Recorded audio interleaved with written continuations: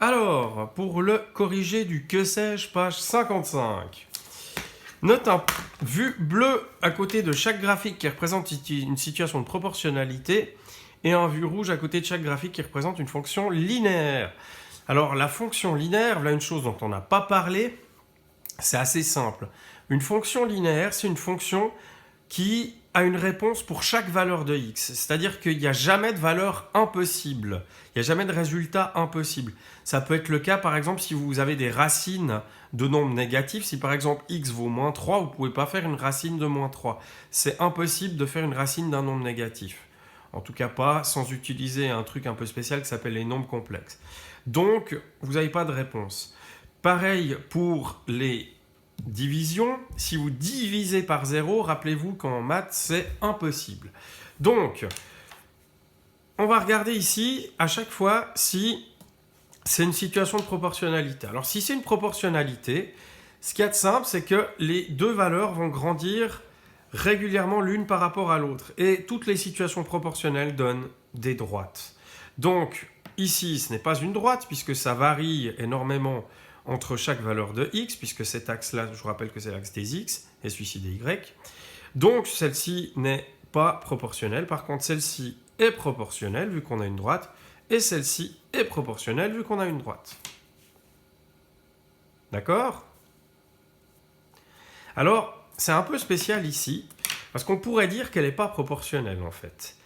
Elle est proportionnelle, mais on a une ordonnée à l'origine. L'ordonnée à l'origine représente-t-elle vraiment une situation de proportionnalité?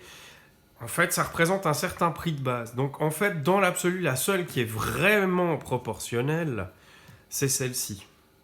Parce que vous n'avez pas un prix de base à payer ou bien vous n'avez pas une ordonnée à l'origine. Celle-ci, par contre, va avoir vraiment chacune des valeurs qui grandit exactement. Donc, celle-ci n'est pas vraiment proportionnelle à cause de l'ordonnée à l'origine, tandis que celle-ci l'est vraiment. Par contre, quelles sont celles qui sont linéaires? Là, à chaque valeur de x, on a un résultat. Donc c'est tout le temps possible, celle-ci est linéaire. Ça, à chaque valeur de x, vous avez également un résultat, donc elle est linéaire. Celle-là également. Par contre, celle-ci, vous voyez qu'à 0, c'est pas possible. Parce qu'on a, si vous l'avez reconnu, une fonction homographique. Et cette fonction homographique, on n'a pas le droit de diviser par 0. Donc celle-ci, non, elle n'est pas linéaire. Donc, au point de vue de la proportionnalité stricte, la seule qui est vraiment strictement proportionnelle, c'est celle-ci. Par contre, les linéaires, ce sont ces trois-là. Représente une pente de 50% dans le quadrillage ci compte. Une pente de 50%, c'est 50 carrés verticales divisé par 100 carrés horizontaux, puisque la pente, c'est verticale sur horizontale. Alors, 50%, c'est la même chose que 5 sur 10. Donc, je vais prendre 1, 2, 3, 4, 5 sur 10. 1, 2, 3, 4. Voilà, j'ai 5 sur 10 ici, et je représente donc une pente de 50%. Deuxième partie du que sais-je. Tableau de proportionnalité. Alors, dans ces tableaux de proportionnalité, calcule la valeur manquante, sachant qu'il s'agit d'un tableau de proportionnalité, puis donne l'expression fonctionnelle correspondant à ce tableau. Alors, ça, c'est un petit piège. Donc, on va déjà trouver la valeur manquante. Alors, règle de 3, 9,25 fois 4,5 divisé par 2,5 égale 16,65. Donc là, on a trouvé la valeur qui vaut 16,65. Maintenant, pour pouvoir trouver, sachant que ça c'est x, et que ça c'est f de x, pour pouvoir trouver la proportionnalité, sachez que, comme je l'ai dit avant, quand on l'avait vu dans la page d'avant, on avait vu que c'était une fonction linéaire. Donc c'est une fonction du type x va sur a fois x.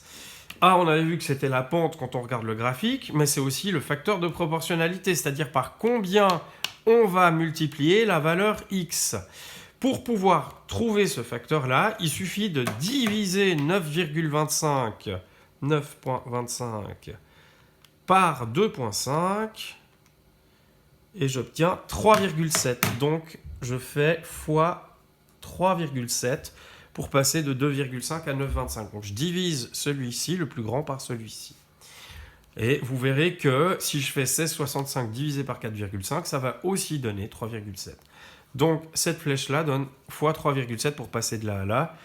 Et bien sûr, la flèche retour divisée par 3,7, si vous vous rappelez bien. Donc, ma fonction, maintenant, x va sur 3,7x. Et voilà, mon expression fonctionnelle est trouvée. Deux clochers sont distants de 22 km à vol d'oiseau. Par combien... Alors, un instant, petit souci, voilà. Donc, sont distants de 22 km à vol d'oiseau. Par combien de centimètres sera représentée cette distance sur une carte au 1/25 millième? Donc, vous faites toujours les échelles. Donc, ici, vous avez la distance carte, la distance réelle.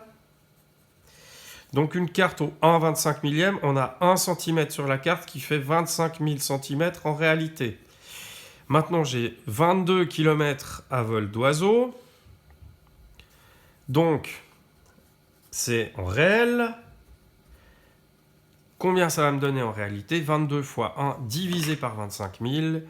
Et 22 divisé par 25 000, ça fait 0,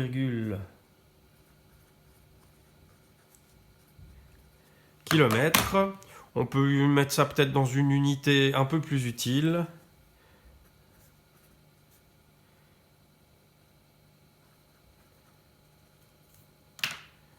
Ça fait 0,88 mètres. Voilà donc la distance en réalité. Alors, par contre, on nous a demandé par combien de centimètres. On va continuer, donc ça fait 88 centimètres.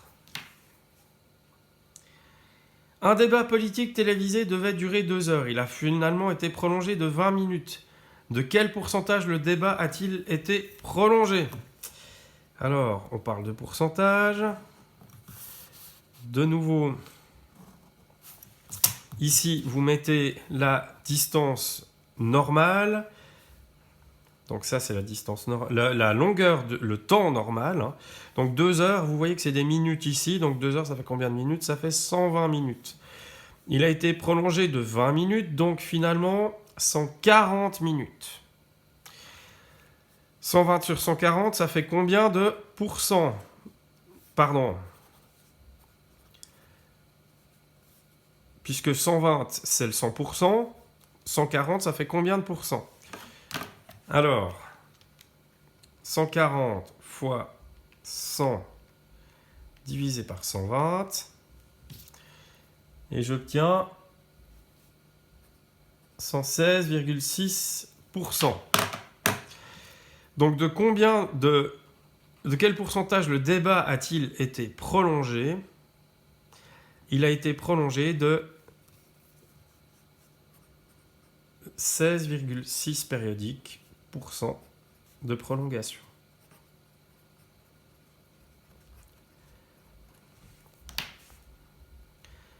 C'est assez facile aussi à voir autrement, c'est que 20 minutes sur 1 heure, c'est 1 tiers. Donc 20 minutes sur 2 heures, ben, ça va être divisé encore par 2, donc ça va être 1 sixième. Et puis 16,66, c'est effectivement le pourcentage quand on fait 1 sixième. La distance horizontale entre deux pylônes d'un téléphérique est de 820 mètres. La distance verticale les séparant est de 738 mètres. Quelle est la pente moyenne du câble reliant ces deux pylônes? Alors, un petit dessin ne sera pas inutile là-dedans. Donc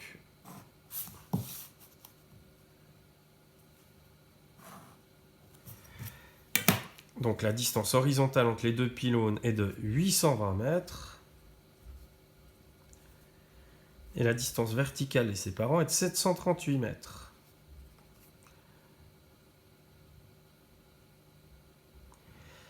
Quelle est la pente moyenne? C'est toujours verticale sur horizontale, donc la pente est égale à 738 sur 820.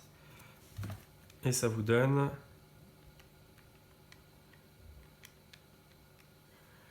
0,9. Et si je vous demandais de faire cette pente en pourcent, c'est pas demandé, mais je vais vous embêter un peu. La pente en pourcent, comment fait-on? Donc toujours vertical sur horizontal, donc 738 sur 820 égale combien sur 100? Règle de 3.